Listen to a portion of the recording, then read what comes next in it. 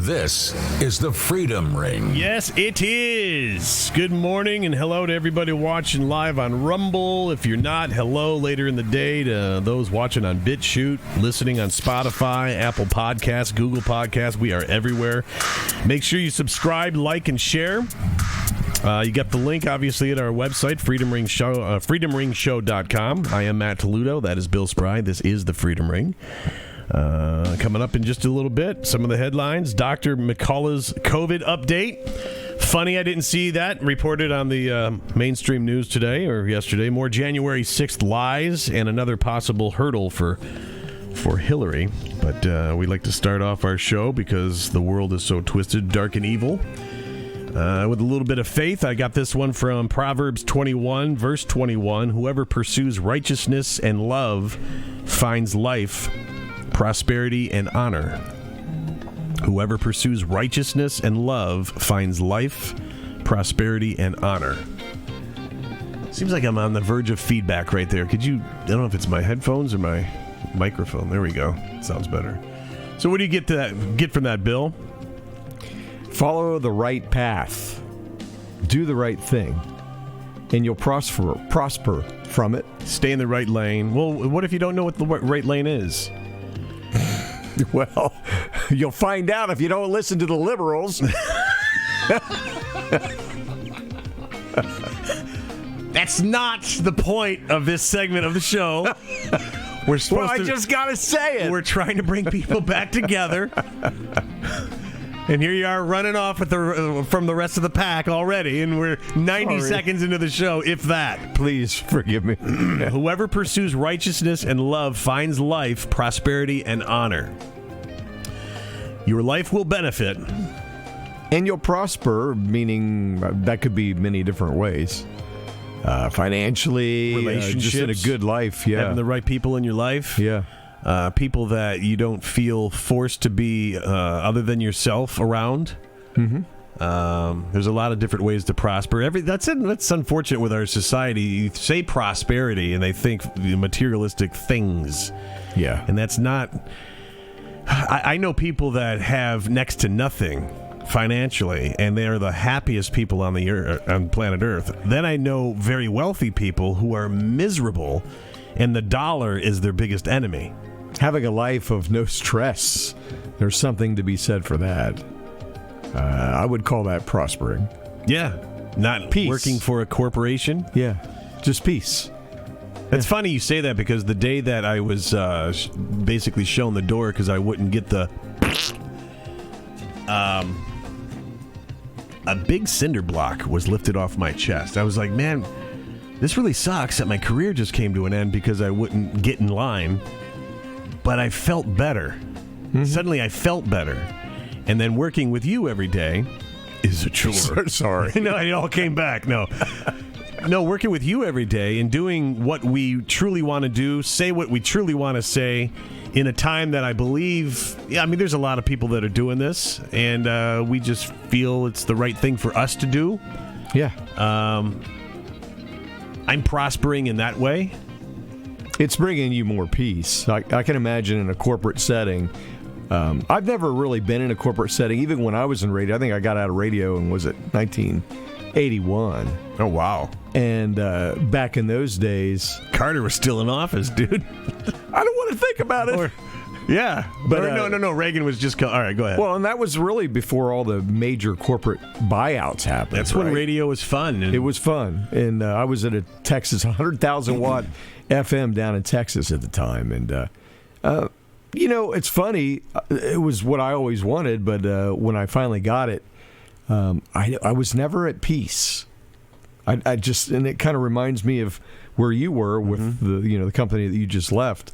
Was never really at peace. And I came back home and in Cincinnati. In fact, I was fired. Well, I won't go into that. But why not, Bill? You keep telling me to tell my story. I won't tell it. I won't. But anyway, came back to Cincinnati and I was back home. And but then, kind of like you, when I got out of radio, it's like, now what do I do? When you've been in radio for so long, it's like, what do I do? couldn't get a job anywhere. I remember I got a job at a place called Hamilton Fixture for 2 weeks, building consoles, wooden, and there was sawdust like coated in the air. And all I did was sneeze for 2 weeks. I'm like, I can't take it. See ya. You sure it wasn't the stuff that ended up on the president's shoulder yesterday?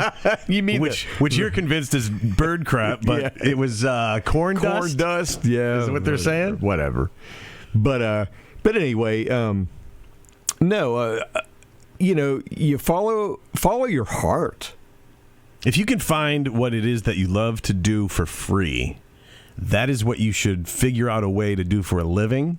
You'll never work a day of your life. I know it sounds cliche. Yes. A ton of people have said that. Yes. But the pressure that you won't experience is prosperity in itself. After I got out of that situation, the radio, and I knew, look, if I've got to work, I could never get a job in Cincinnati in radio, because back in those days, unless you were... It's because you didn't talk like this, Bill. Well, I couldn't. Hey, stacking the tracks, playing the wax. I could talk that way, but they still didn't want me. It was just so difficult to get into this market. So I knew I could never make it here. So I'm like, well, what do I do now? And it dawned on me that if I've got to work, I've got to do something that makes me happy and something I enjoy, if I've got to work the rest of my life.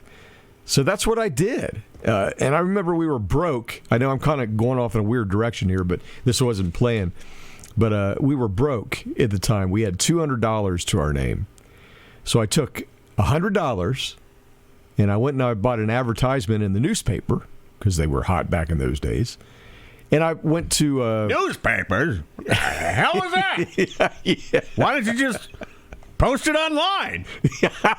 Yeah, because so I took the other $100 and I went to Kmart. Remember that? Yeah, I do. I think there's 3 more left in the country. You read that too, yeah. I went to Kmart and I bought a push lawnmower. And for $100? For $100 back in those days, yeah. And I had an old Gremlin. Remember those? Yeah. I had an old Gremlin. And it had the glass door in the back that you pop open. And I picked that lawnmower up and I put it in the back and I went around and started cutting grass.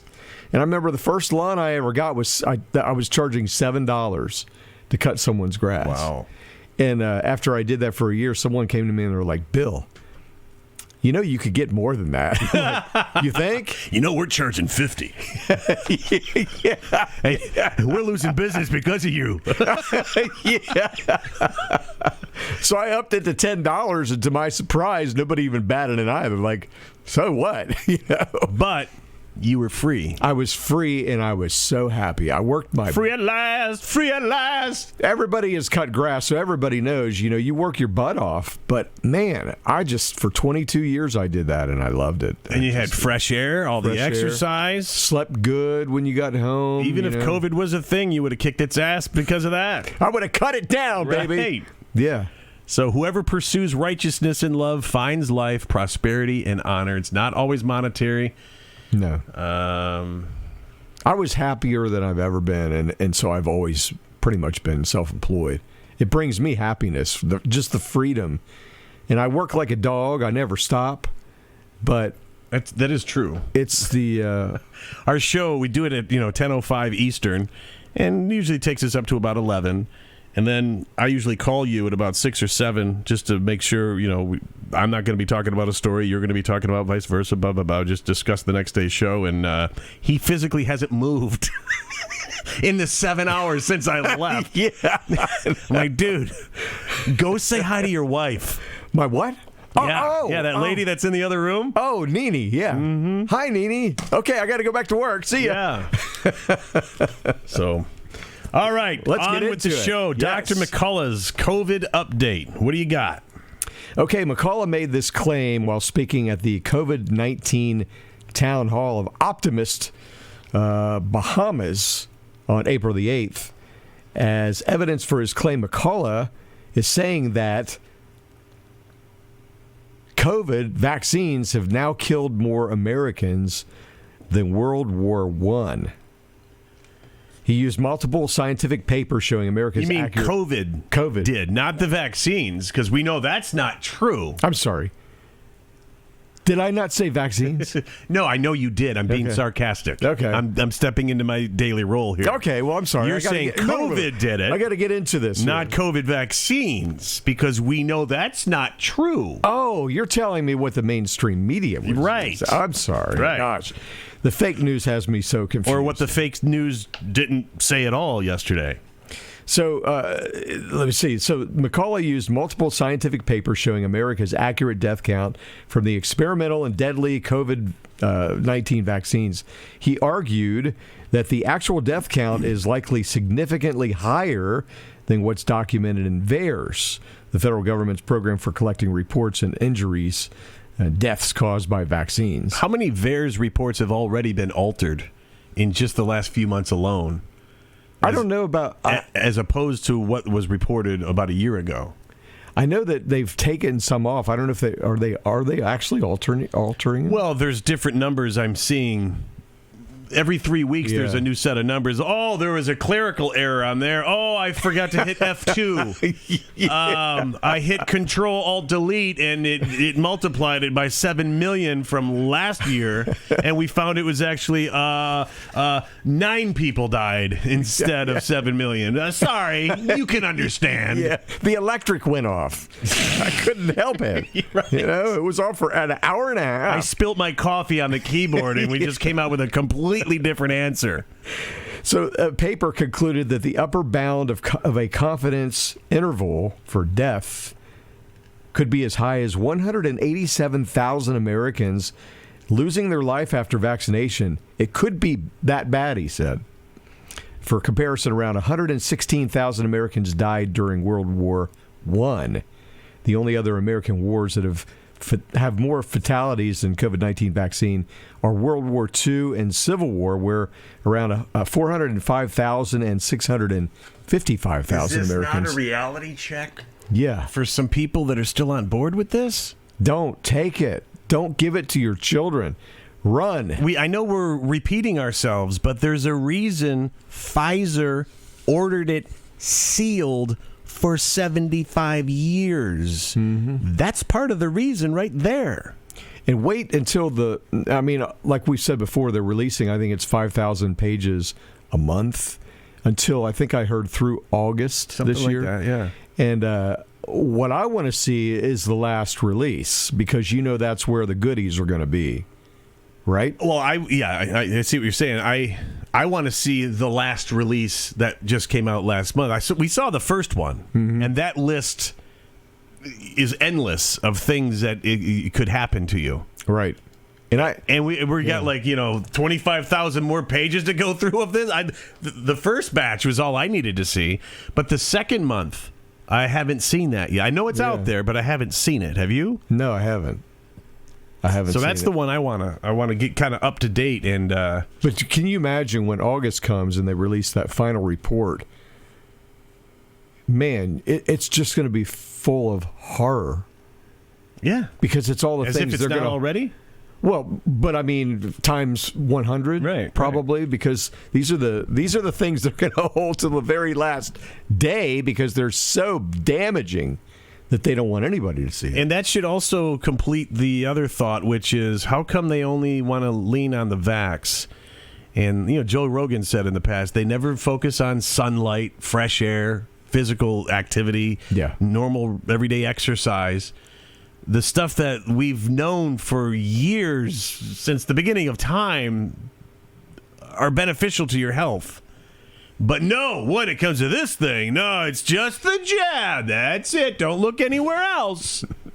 Ivermectin, cram that nonsense. That'll interfere with the venom, right? In the water, which now they're saying is conspiracy theory. Oh, I don't even care what they say. CIA created that verbiage. So as soon as the conspiracy theory label gets stamped on it, you just told me it's probably true. Look, folks. We got a hit on Facebook yesterday. What's the terminology they use? You violated our community standards, whatever it is, for the video that I placed up there. A link to the video. Watch the water. So, folks, that's the sign now. If they censor you, beyond the shadow of a doubt, it's true. And it's already happened. There's stories that are unfolding. I mean, what's the big one? The Russian collusion thing with Trump. They kept saying, Hillary, oh, well, Trump looking over there. And you find out she's the one that was tangling with him the whole time. And then they never come back when it's been proven that their censorship on that subject is wrong. They never come back and say, oh, sorry. So as soon as they say yes, assume no. As soon as they say left, assume right. As soon as they say up, assume down. And if they stamp it with the, this doesn't meet our community standards because of conspiracy theory, as soon as you hear conspiracy theory, throw a party because you were right. Because in about 3 weeks, you're going to be proven correct. That's how all these stories, we're not just being, right-wing freaks.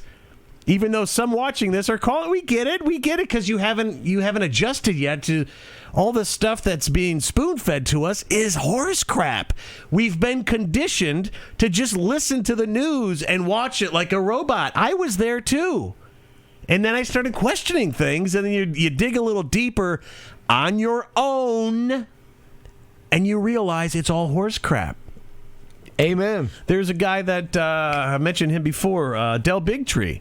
Host of the High Wire, and he's been all over if you don't know about him yet, here's a quick little snapshot. I've said this before, but he used to be one of the producers of the TV show Doctors, and he walked away, or he might have been shown the door, I'm not sure, but he's no longer with the show because the information that he was putting together for this TV show, the producers were like, by the time it made to air, he's like, hey, that's not what we said. That's not the study. That's not the results of the study. That wasn't supposed to make it to air. He's no longer with them.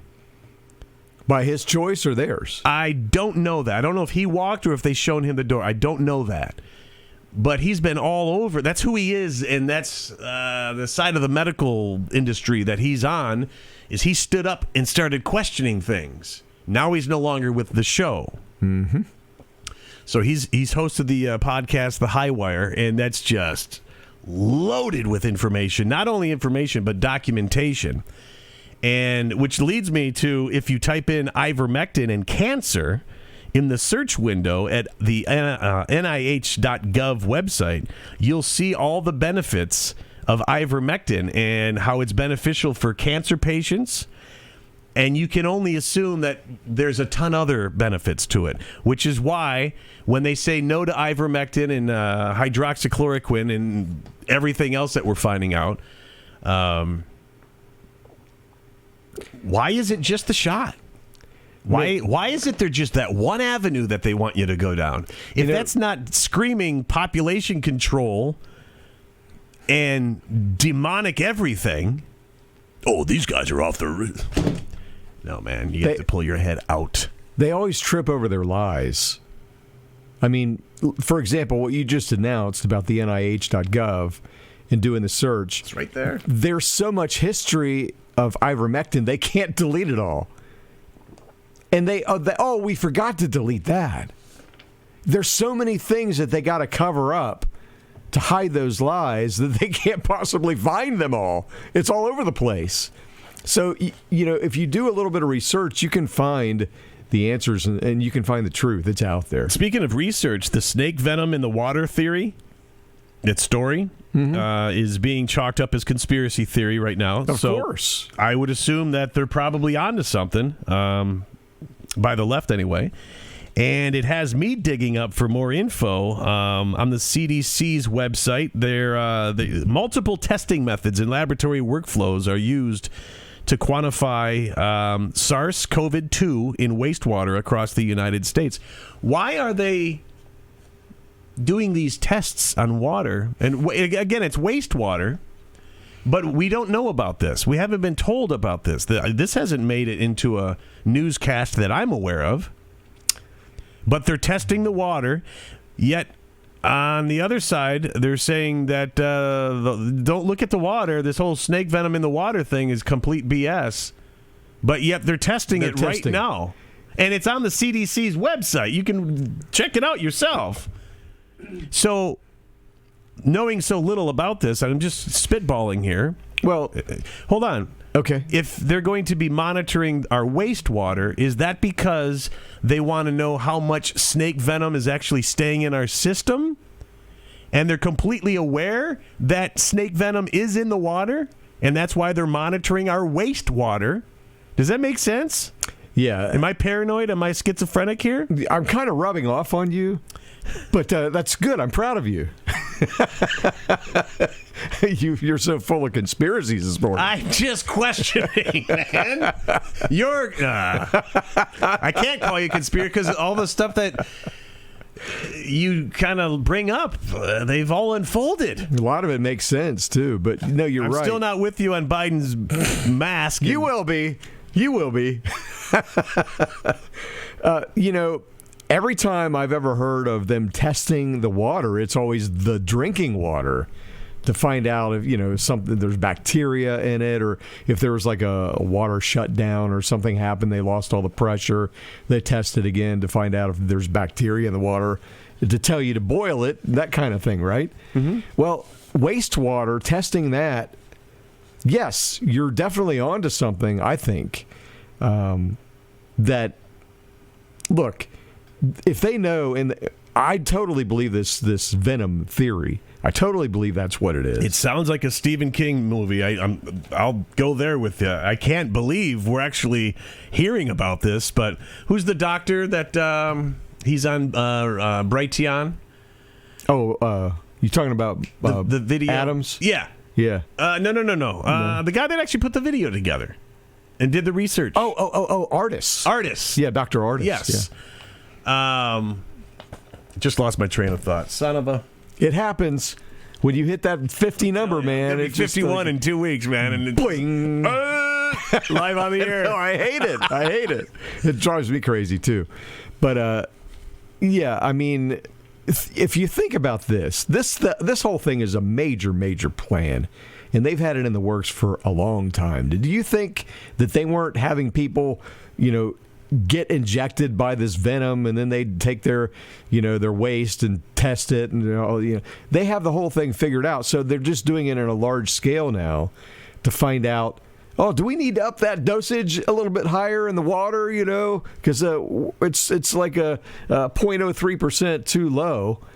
We want to make sure these people get sick and die. So right, it's not strong enough. Yeah, it's not strong enough. We got to up it just a little bit more. All right. Yeah.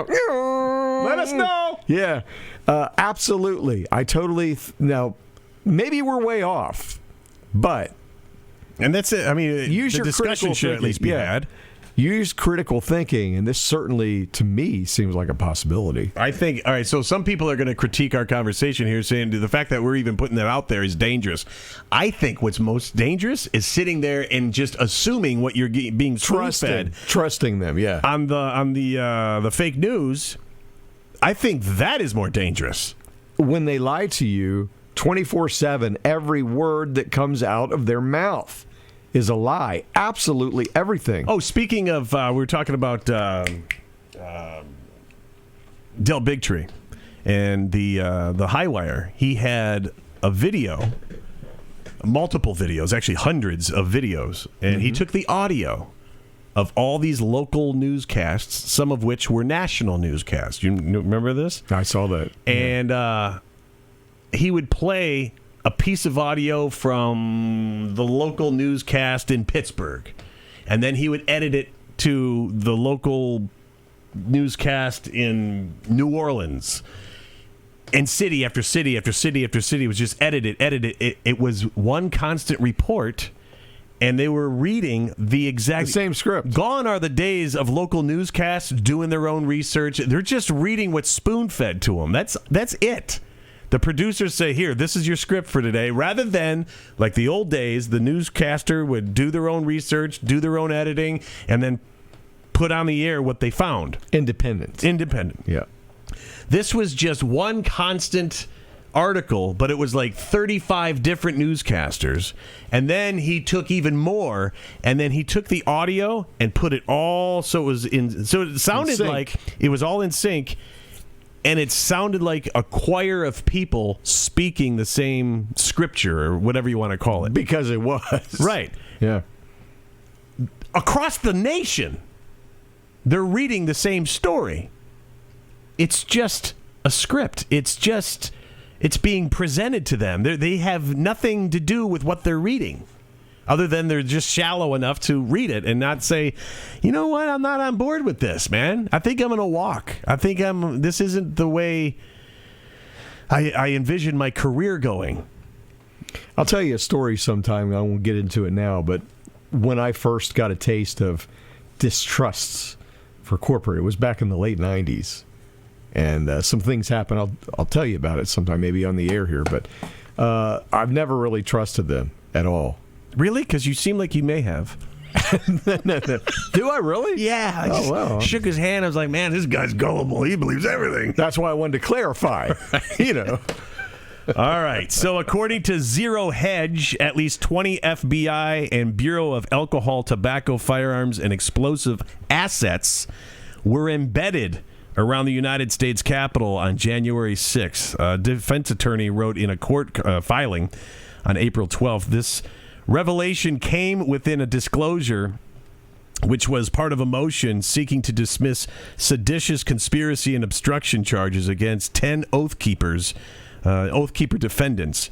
The 41-page motion was submitted by David Fisher. He's an attorney for Thomas Caldwell on behalf of all Oath Keepers case defendants before U.S. District Judge Amit Mehta in Washington, D.C. According to the Conservative News Daily, pouring over evidence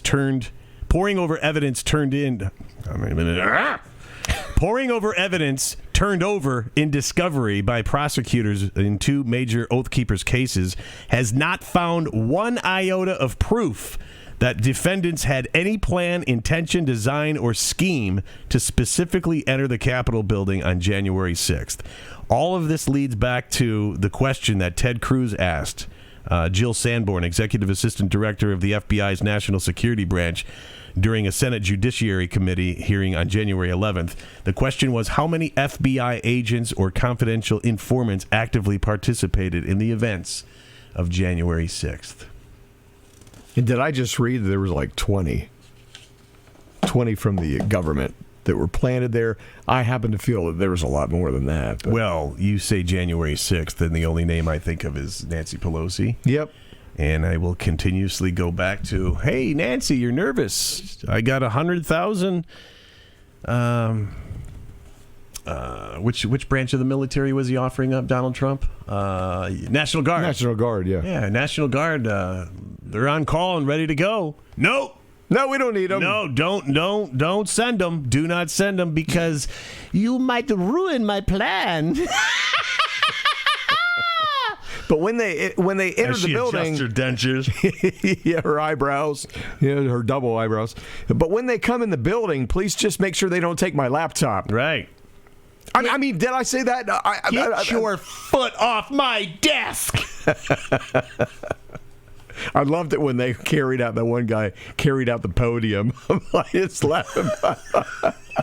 He wanted a souvenir bad. Yes. I'll take this. And he's probably going to get 50 years for that, you know. It's pathetic, terrible what's going on in that situation.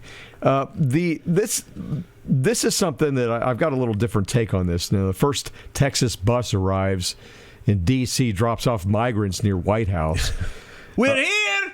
A bus that brought dozens of illegal immigrants to Washington, D.C. from Texas arrived yesterday. Mm-hmm. Yeah. Governor Greg Abbott recently vowed to start busing migrants to Washington, D.C. to combat the lax immigration policies of Joe Biden. The bus pulled up at approximately 8 a.m. local time, blocks away from the U.S. Capitol building. Individuals disembarked one by one except for family units who exited together. They checked in, I should say, with officials that had wristbands, and they were wearing cutoff before they were told they could go. Conversation. Okay, let's have a little conversation about this. My take on this is a little bit different. When I first read the story that Abbott was going to send these migrants to D.C., I have to say I chuckled. Because I was like, yeah, I like that. Finally. But I think most people are still where you were. Yeah. But here's something to think about. Do you really think we should ship these immigrants? They're illegal now, remember. The key word being illegal. Yeah. And we're going to ship them to D.C. where the criminals are, where they can do what they want with them. That's where illegal is like championed. It's like triple illegal. Yeah. Shouldn't we not be shipping There are them? people. Welcome.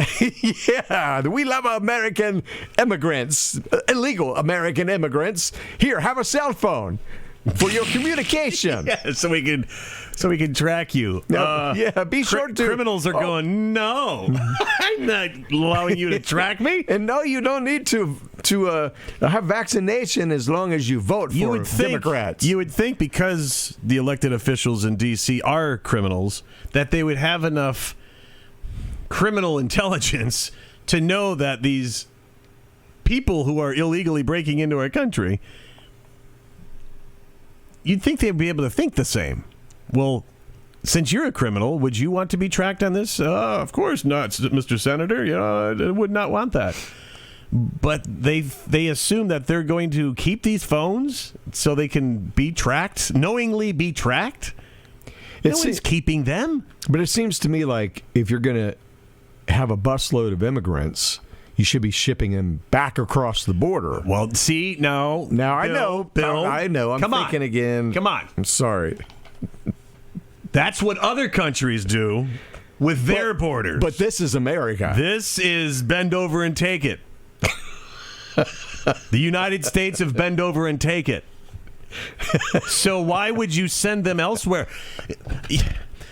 God, I'm ashamed of you. I can't believe I'm in the same room as you. I'm sorry. I'm just sad that I said that live on the air. Maybe I can't even go back and edit it. Gosh. Why wouldn't you send them back? I know. Why is it making more sense to send them to D.C.? D.C. doesn't give a damn about them. And isn't DeSantis is saying the same thing, which makes me question those leaders. Psaki, she responded to the first busload of migrants being sent to Washington, D.C. by Abbott during Wednesday's media briefing. Her response was, "It's nice the state of Texas is helping them."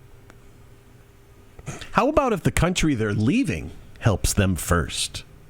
Am I out of line? Am I racist?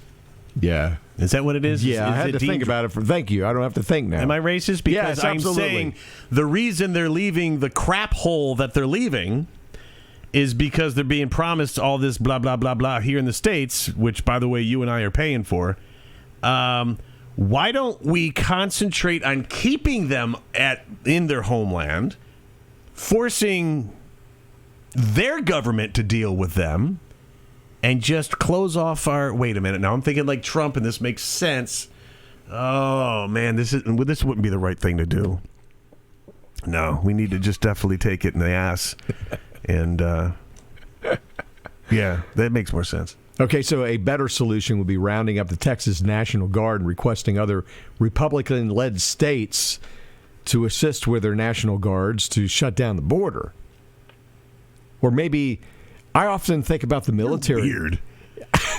Isn't the military's job to protect the citizens of the United States? And we're being not infiltrated across the border, but invaded, absolutely invaded. Shouldn't they be there? And why aren't they? Is this not a national security issue? Well, who would give that order? Oh, Trump, because he's really president.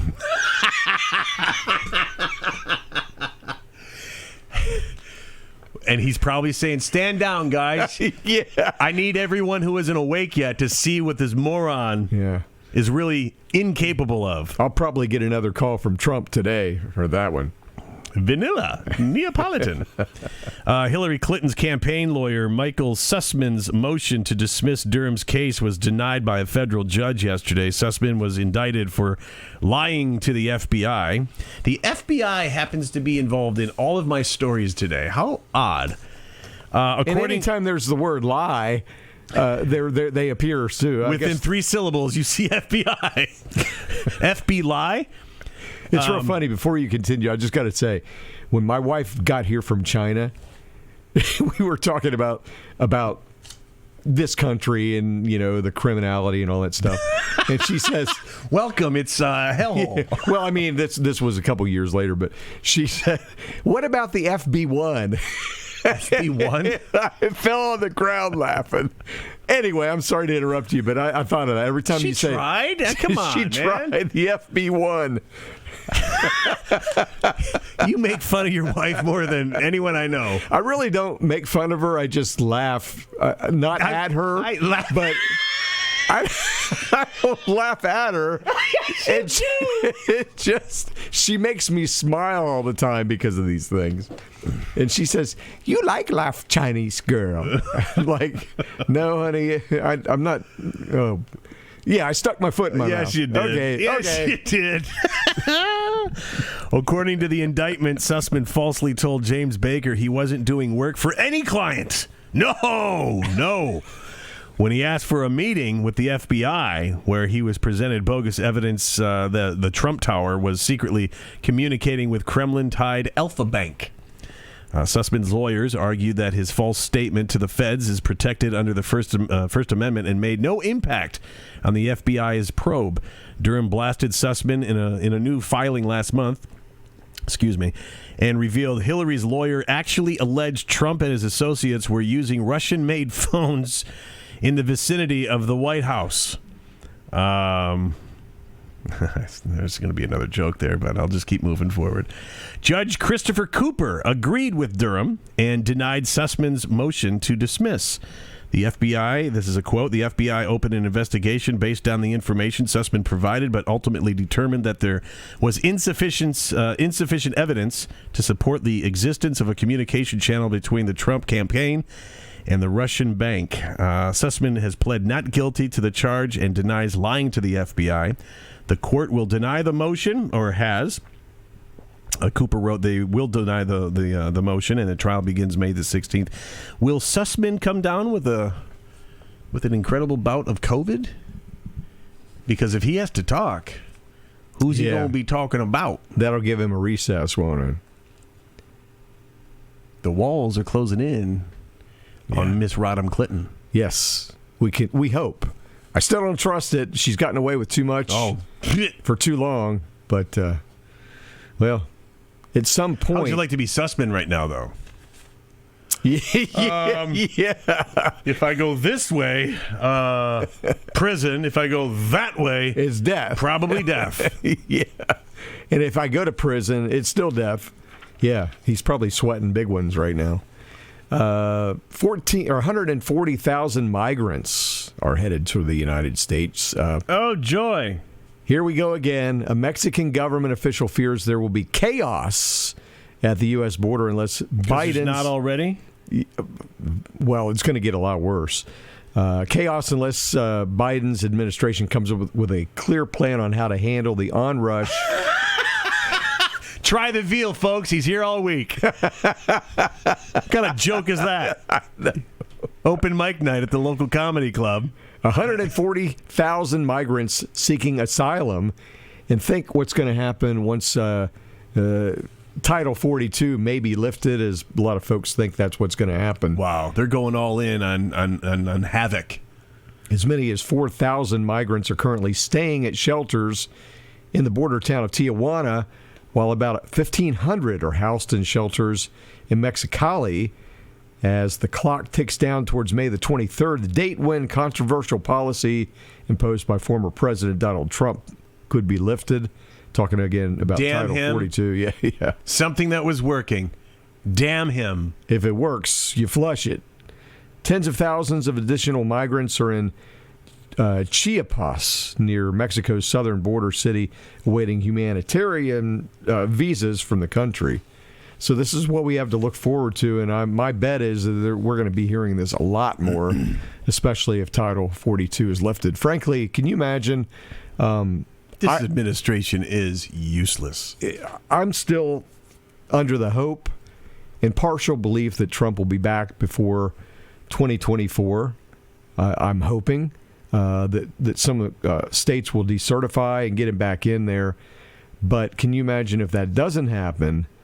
Can you imagine what's going to happen that last year or last 3 months of Biden's residency across that border? I mean, it's going to be unstoppable. Can you imagine the insanity if in 2024 Biden wins? He will. If we don't get rid of those machines, he will. I mean, obviously the nation's over at that point. Yeah. And if he even lasts until 2024, the nation will be next to over. It's becoming that way right now. I mean, the rest of my life is going to be affected with this garbage because they're not going to be able to clean this up in 20 years if I live 20 more years. You know what I mean? It's going to be bad for a while. What was the original plan for our podcast? To bring people back together, right? Well, I guess that's a cure. Is if we come back together, we can stop this stuff. Yeah. But I still see a lot of people sleeping and just not savvy to what's going on. Yeah. People that are calling the show. The only reason we can't put these people on the air is the particular studio we're dealing with isn't wired up to put these those calls on the air because they come into the studio at all different times of the day, and there's obviously some people that are still Yeah. The biggest sign you need, I guess, I'm going to retract for a second.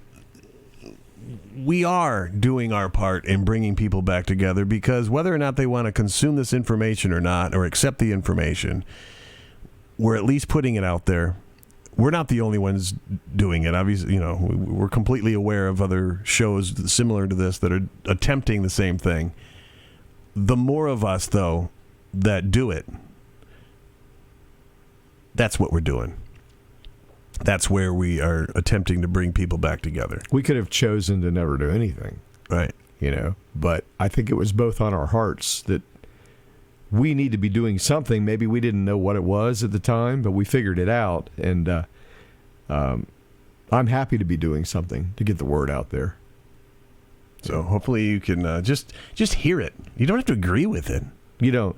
But if you could share this video, it's a big, big thing for us. Share it to everybody you know. We want to build our audience. We struggle. We did have a great day the other day. Over 1,200 folks tuned in, but we want to keep that going and growing from that. Daily. Yes. So please share it to everybody you know. You can make a Facebook group of people that you know and drop the link to this video or even to our channel in there and spread the word.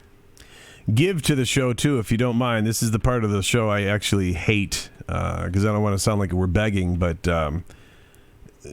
to help finance the show, we can continue digging for better stories, deeper stories, and continue to expose the truth. But you can do so at freedomringshow.com.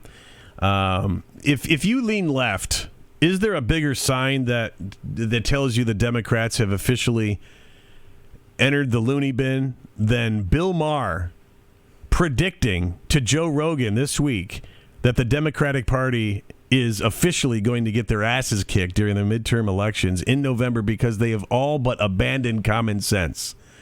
This is Bill Maher. I've never really been a big fan of his politics. In fact, never a fan of his politics. But it seems the crazier stuff gets, Bill Maher is actually earning points with me because it's like the dude, he's actually, I don't want to say I'm in agreement with him, but he's showing sanity. Showing signs of improvement. He says, quote, "The left has gotten goofier, so I seem more conservative, maybe. But it's not me who's changing. I feel I'm the same guy. 5 years ago, we hadn't spent $6 trillion to stay home. 5 years ago, no one was talking about abolishing the police. There was no talk about pregnant men." Oh, God. He says, looting was still illegal. So have I changed? No, because if someone had said 20 years ago, I'm not sure looting is a bad thing, I would have opposed it then too. He says when discussing why both he and Rogan have experienced a growth in their followings, he says, I think it's because we're both seen as people who are commonsensical, and I have to agree. But how whacked has the Democratic Party gotten to where Bill Maher is saying the Democratic Party's off the reservation? I just remember I'm sorry, it's just affected my brain. Yes means no, no means yes. So if he's saying they're going to lose big time, well, that makes me think, well, they got the cheating plan in the works, and they're going to win big time. But there is hope, I think, with him that he does. At least he's showing a sign of level-headedness. Yeah. If it's legitimate. And he's been for he has. a bit now. He has. And I was like, wow. I turned my head over at, looking at Bill Maher a little differently, probably about a year ago. Mm-hmm. Go, wow. He's not one of them that, because some of them are on that side just to be on that side, regardless of how whacked it gets. Yeah. No. All right, the guy you're voting for just murdered your mother and fired you. No, he's still my man. I mean, there's people out there that are that nuts. I know. I talked to one just yesterday. Oh, my gosh. Well, we just need to pray. Yes, we do. We need to pray. We'll get back to that in just a second, but was talking about people and how whacked out things have gotten. Mm-hmm. How off the rails has the whole transgender topic got? Have you heard of Erica Anderson? No, I haven't. Erica is a 71-year-old transgender clinical psychologist who specializes in counseling transgender youth and has been outspoken in questioning the noticeably rapid rise in teenagers over the last several years who insist they're transgender. She's like, no, you're not. She says, quote, I think it's gone too far. For a while, we were all happy that society was becoming more accepting and more families than ever were embracing children that were gender variant. Now it's gotten to the point where these kids are presenting themselves at clinics and their parents are saying this isn't making sense. It's just gone, like she says, it's gone too far. Thanks, Disney. Yeah. So, yeah, get back to praying. I don't know. I mean, we're not, like, we've said this before, we're not holy rollers, we're not Bible thumpers, but we know the world needs it. We've gotten away from it. As a society, we have. Yeah. And that's the problems that we're facing right now. But as a result, every time I lean on God, man, something good happens. And if you're still on the fence and you've never even considered welcoming Him into your life, again, we're just a couple of regular guys. We're not pastors and priests. We're men of the cloth by no means. But we're saved. Oh, definitely. Jesus is my Lord and Savior. That's not even a question. Absolutely. But that's what our nation needs to get back to, man. And I think we can pull this together. And I honestly think, Bill, that there's more people like us. I don't think this is going to be a struggle to get people back on board. I think most people are. We're just trying to reach out. That's why when I got shown the door after not getting that, and I considered going into Christian radio, I was like, you know what? People listening to Christian radio are already there. And doing a show like this, we might appeal to some people that aren't there yet, never even considered going there, and maybe the better work is to have chats with those people. You're so on target. You're an intelligent guy. I'm a good actor, man. No, the reason I say that is because, we approach churches sometimes to put their shows on our station. And no, we're not interested. We're already doing it on the Christian station. And I just shake my head. I'm like, why are you there? There's already so many of them there. We need you here. We've got the audience of rebels, and folks that maybe don't know Jesus. And that's why I went and spoke immediately. I was trying to figure out how do I take my little gift to gab and benefit people. And that's why I went to the prison, and talked to prisoners. And I'll tell you, man, the feeling that I got back, it was awesome. It's awesome when you tell somebody about Jesus and they actually listen to you, that they want to listen to you. It's a great feeling. And that's what we're all supposed to be doing. That's why God sent us here. We're supposed to be telling everybody about Jesus Christ, our Savior. And you know what? When they hear about it, you plant the seed. Maybe nothing will happen right then.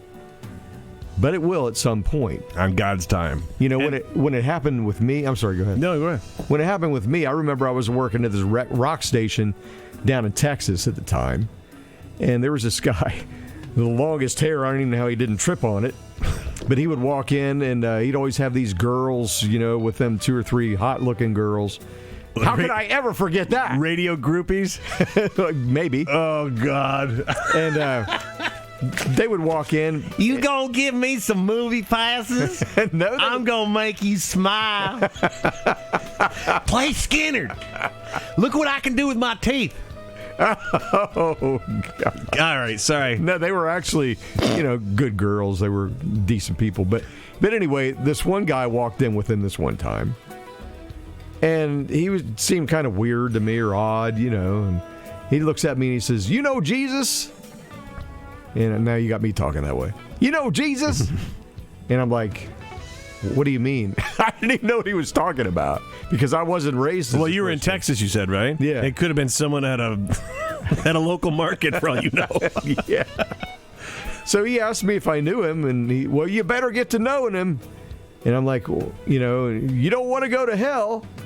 And I said to him, my question was, if there's really a God, where did he come from? Nobody's ever been able to answer that question for me. And it's a good question. And finally, somewhere down the line, somebody told me, he's just always been. Now, wrap your head around that. It's part of the mystery, man. Yeah, wrap your head around that. And I thought, when they told me that, I'm like, you know what? It makes sense because that can be the only answer. And it jived with me, and my eyes were open, and fell in love with Jesus Christ. I've not always been a good boy. None of us are. That's why we go to church. That's why we go to confession. That's why we repent. Yeah. And that's why we lean on him. So you don't have to be perfect to go to God. Remember that. And if you think the people going to church are perfect, absolutely not. no. There's a reason they're going. And maybe you should consider going with them. Yeah, or I'm not saying you're a bad person. I'm just saying, you know, just and if you don't want to go, accept the message, and man, it feels better. It just makes you can be selfish about it if you want. It makes you feel better. And if you don't want to go to church, you don't have to, because the relationship is personal. It's between you and Jesus. He's everywhere. And he's everywhere. And there's a thing called the Bible. And you can have church right at home and read that Bible if you want to start out that way. But I think as time goes by, you're going to have that desire to be around more people like that. It is good to socialize. It really is. Which is why when they locked everything down, it's like, nah. It's just like what we're going through right now in this country. I get off the phone from some of these people that are screaming because we did a 1-hour show on the FM stations where we talked about Trump good boy instead of Trump bad boy, and they can't take it. Just play the music and shut up. We don't want to hear that crap. Right. You know, it gives me the desire really bad right now to be around more truthers because you're my family and you understand me and I understand you. So chime in. Let us hear from you about the Freedom Ring. Really, we want to hear from you so badly. freedomringshow@gmail.com. The link is freedomringshow.com. And even easier would be to go to the Rumble rant, the little chat box attached to this video. Yeah. We really welcome it there, even more than the email, because it's easier for us to get to it. And, of course, we're on YouTube, so if you're watching from YouTube, you could do it there, and also Bitchute, and now Brighteon.com. Brighteon, you can listen to the show on Spotify, Apple Podcasts, Google Podcasts, pretty much everywhere. And we're adding more venues as we can. as we get time. Our goal is to get at least 100,000 platforms. Right. No, just kidding. But we want to be out there so that it's easy to find us. And we want to stay here for a long time. Support what we do, please. All right, that's going to do it for today. I'm Matt Toludo. That's Bill Spry. This is the Freedom Ring. Tomorrow we're going to be joined by Ohio Brett, another spiritual guy, doing good things all around the country, and we'll get an update. And he's also got his own show on Brighteon. We'll discuss with him tomorrow how we weren't able to share the posting because of because of Facebook's Community standards. We're talking about faith. We're talking about faith during this segment, and they won't allow us to post it. But I found a video on Facebook yesterday of a monkey at a drive-through zoo masturbating and then consuming its own man juice, and that's okay according to their community standards. But man, don't talk positive about God. It's a twisted world we live in. It is. And be good to each other while we try to navigate through it. This is the Freedom Ring. Talk to you tomorrow. Later. Yeah.